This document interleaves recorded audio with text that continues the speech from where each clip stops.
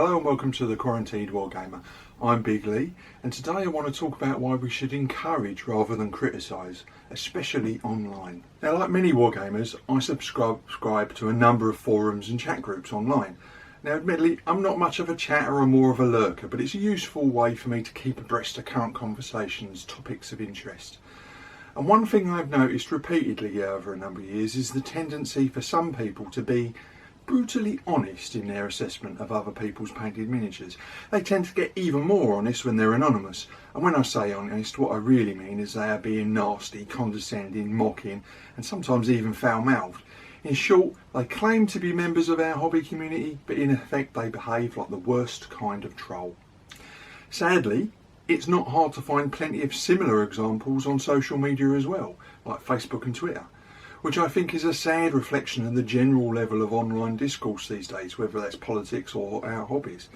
The subject has been discussed in magazine articles and blogs, including mine, many times, and even here on YouTube.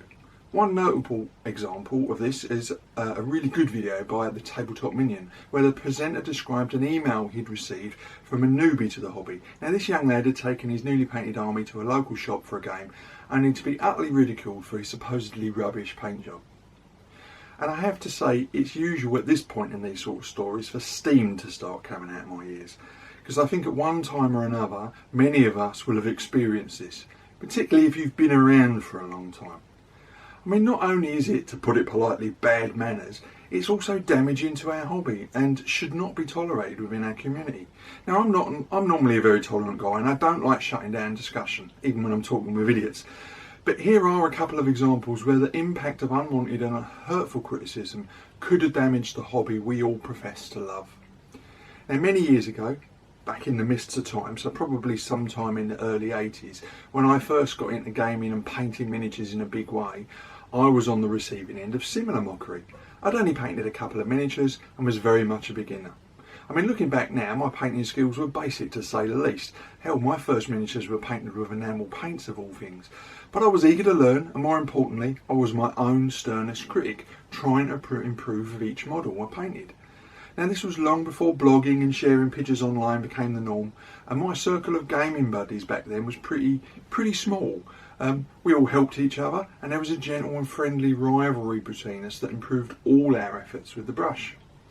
And then I took some models to a game at a local shop and encountered my first unwanted and frankly cruel criticism from an older and supposedly more experienced gamer.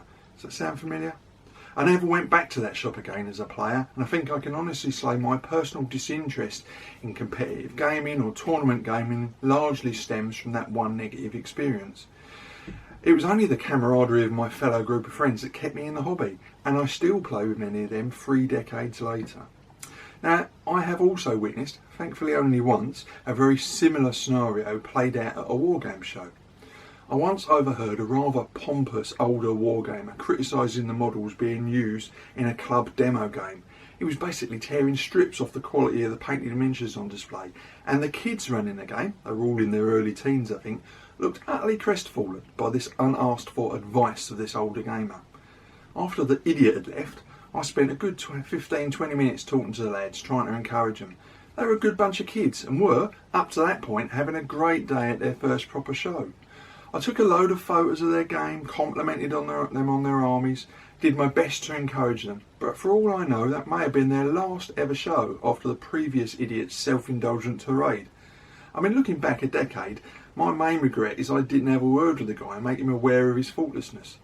I would like to think that the older and slightly more confident Big Lee of today would have taken the guy to task. Now, unfortunately, sadly, today, many of us accept that we are in the golden age of the online troll, and it seems to me that anonymous, unwanted and often hurtful criticism has become more prevalent than ever. I've written about not feeding the trolls before, and it's still a subject I feel very strongly about. This is all the more important in our hobby because, let's face it, we're an ageing bunch of old grognards, and if new gamers aren't encouraged into the hobby, it will flag, it will fade out, and it will eventually die with the current generation. Now, if we post pictures online, some degree of discussion is expected. That's part of the reason idiots like me write blogs and do videos like this.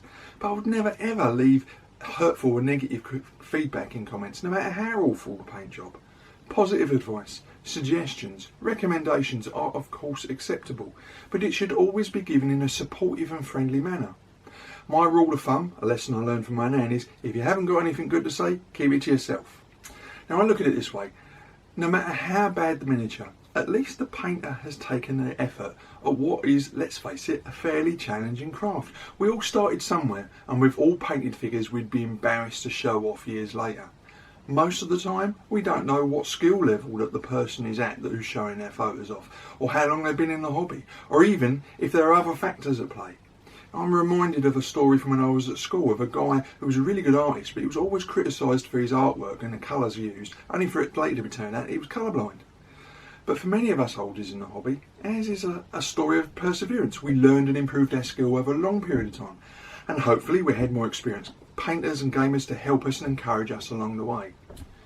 I guess what I've been trying to say is that we all have a role to play in encouraging the continued good health of our hobby. All of us need to be just a little more civil towards our fellow gamers, but especially towards newbies entering the hobby for the first time. We also need to be a little more ready to encourage rather than criticise, and if we have the chance to fan the fires of enthusiasm in a new gamer, of any age, we should be ready to stand up and be counted. It's a fantastic hobby. Let's try to keep it thriving. Well, I hope you enjoyed that video, and of course I hope you found it interesting and thought-provoking, and if you did, please consider leaving some comments below or over on my blog, Big Lee's Miniature Adventures. And of course, if you enjoyed the video, please hit the like button and consider subscribing to my channel. So until next week, I hope you're all staying well. Keep rolling high.